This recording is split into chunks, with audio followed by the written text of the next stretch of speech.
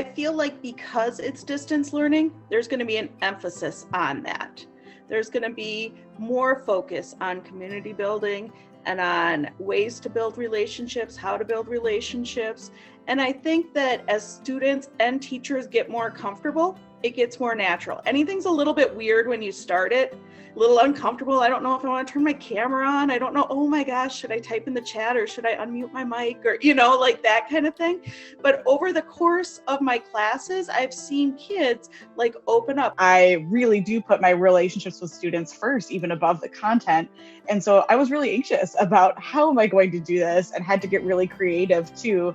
And I know that going into this season, students and families are going to have to find new ways of connecting with one another. Having that intentionality built into my lessons, I think, has really helped me to get a sense of who my students are and their personalities, and also helps to encourage them to know that the classroom is not just a formal place where we're just doing learning. It is a social and emotional place.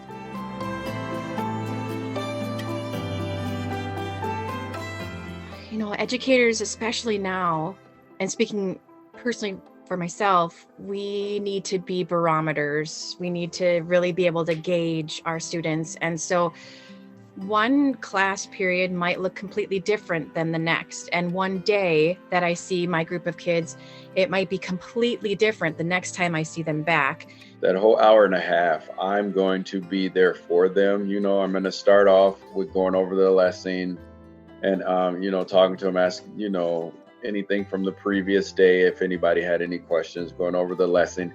And then they get to just go off and do their work. But I will still be there the whole time I'm here if you need to jump in. So I think it'll be really easy for kids just to kind of pop into a small group room. And then what we can do as teachers is we can then come into that group, kind of see how kids are doing, and then go into another group, and kind of they can keep working together and independently, but we can check on them and see kind of if they have any questions or guide them in learning if we need to in the moment. I'm really excited about that piece.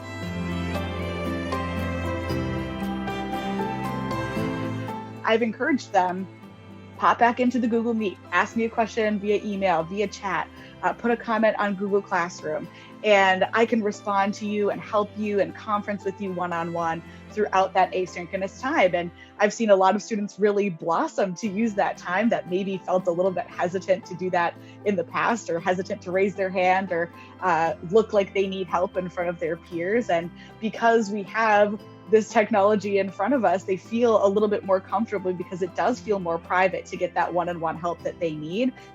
We have a personal narrative essay that we would usually save till later in the year or springtime, because that's often an essay students might use for a college application. So this is a group of juniors.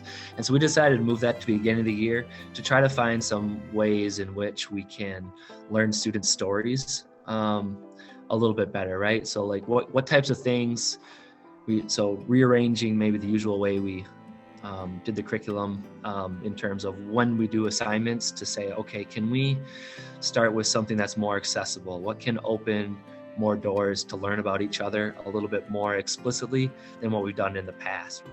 This is my 18th year, and this is like no other. And last year was like no other.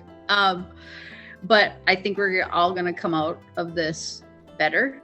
There's just going to be a screen between us, but that doesn't stop me from talking to my students. I personally am trying so hard to just be real for my kids so they can be real back.